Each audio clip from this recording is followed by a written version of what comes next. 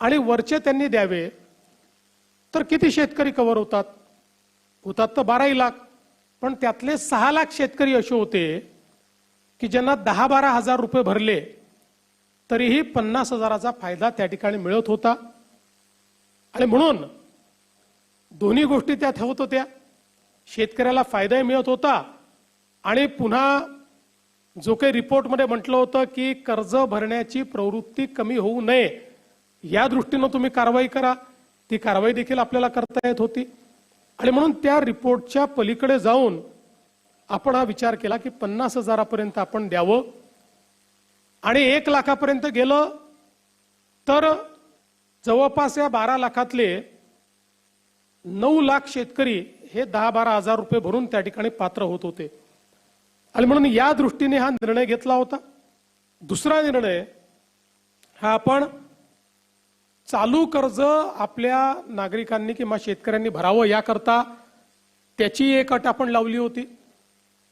आणि म्हणून अशा पद्धतीनं ही कर्जमाफी केल्यानंतर ज्यावेळी आमच्या रणधीरभाऊ सावरकरांसोबत आमचे महायुतीचे 3ही पक्षाचे सगळे आमदार जवळपास 25-30 आमदार माझ्याकडे आले.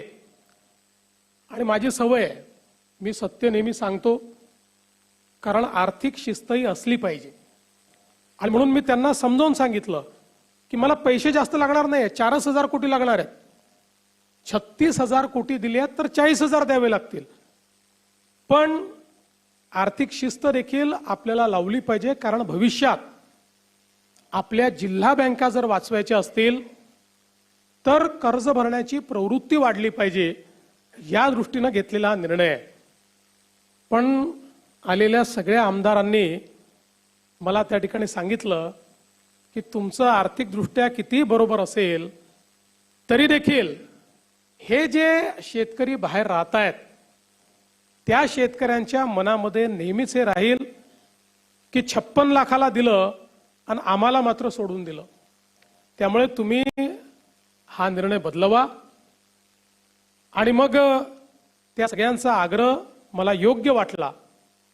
मी आमच्या सगळ्या नेत्यांशी चर्चा केली आणि त्या ठिकाणी निर्णय केला की यावेळी ही अट काढून टाकू आणि सरसकट 2 लाखापर्यंत सगळ्यांना कर्जमाफी देऊ.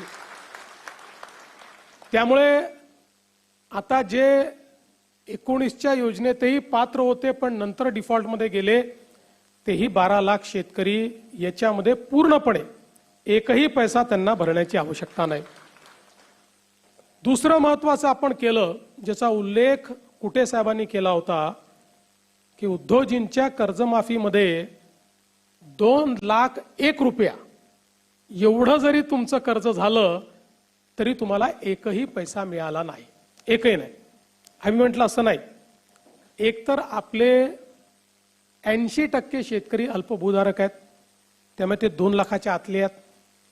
जे 2 लाखाच्या वरचे आहेत त्यांनाही संधी मिळाली पाहिजे, या दृष्टीनं आम्ही सांगितलं की 2 लाखाच्या वरचे पैसे तुम्ही भरा, 2 लाखापर्यंत पैसे आम्ही भरतो, म्हणजे तुम्हालाही त्याचा फायदा मिळेल.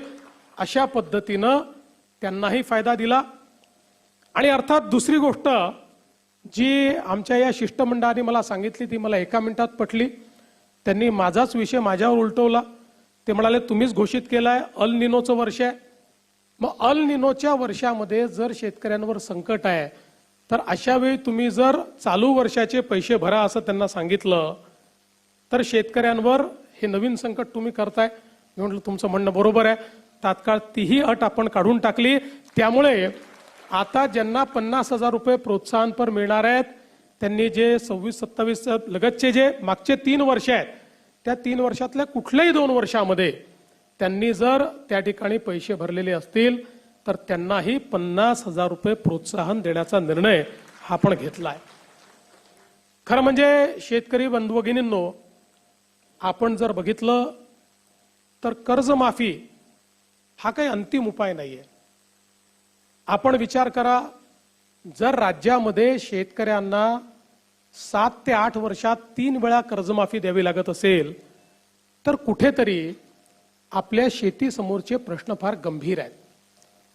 आणि म्हणून मी नेहमी सांगतो, कर्जमाफी आवश्यकच आहे, ती दिलीच पाहिजे. पण कर्जमाफीने कुठला शेतकरी श्रीमंत झाला नाही.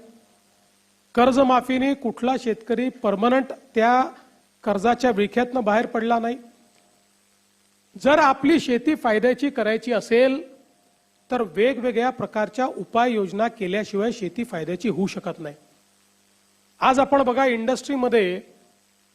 इंडस्ट्रीत नवनवीन तंत्रज्ञान येतं आणि त्या तंत्रज्ञानामुळे ती इंडस्ट्री फायद्यामध्ये जाते. जर एखाद्या उद्योगाने ठरवलं की मी नवीन तंत्रज्ञान आणणारच नाही, तर तो उद्योग बंद पडतो. दुसरा कोणीतरी तंत्रज्ञान आणतो आणि त्या उद्योगाच्या पुढे जातो. आमच्या शेतीचं क्षेत्र देखील असं आहे की या क्षेत्रामध्ये जर आपण नवीन पद्धती आणल्या नाहीत, या शेतीमध्ये आपण नवीन तंत्रज्ञान आणलं नाही, तर शेती फायद्याची होऊ शकत नाही. आणि मग या सगळ्या नवीन गोष्टी करण्याकरता अडचण काय आहे? ती अडचण आहे गुंतवणुकीची. ज्या शेतकऱ्याकडे जो अल्पभूधारक शेतकरी आहे, या अल्पभूधारक शेतकऱ्याला गुंतवणूक त्यांनी करायची कशी? गुंतवणुकीकरता त्याला पैसे येतील कुठनं? तो जेमतेम पीक कर्ज काढतोय आणि तेही कर्ज जर परत करू शकत नाहीये, तर मग गुंतवणूक तो करेल कशी? आणि म्हणून 2014 नंतर मोठ्या प्रमाणात आपण शेती क्षेत्राला रिलीफ आणि रिहॅबिलिटेशन, म्हणजे मदत आणि पुनर्वसनचं क्षेत्र नाही, तिथं करावंच लागतं. पाऊस आला तर, अतिवृष्टी झाली तर, अवर्षण झालं तर, वाहून गेली तर, सगळ्या गोष्टीत तिथं करावंच लागतं. पण केवळ तितक्या पुरतं मर्यादित ठेवायचं नाही. शेती क्षेत्रामध्ये गुंतवणूक करायची आपण निर्णय घेतला, मग जलयुक्त शिवार असेल, मागेल त्याला शेततळ असेल, मागेल त्याला सिंचन विहीर असेल, मागे त्याला ठिबक असेल. तुम्ही आठवा 2014 पूर्वीची परिस्थिती तुम्ही आठवा. मी देखील जवळपास 10 वर्ष माझ्याकडे ग्रामीण क्षेत्र होतं मी आमदार असताना. नंतर मग माझं शहरी क्षेत्र झालं. पंचायत समितीत आम्ही बसायचो, काहीतरी इष्टांक आलेला असायचा आणि मग ते पंचायत समितीचे सभापती, सदस्य आणि आमदार मिळून आम्ही वाटायचो.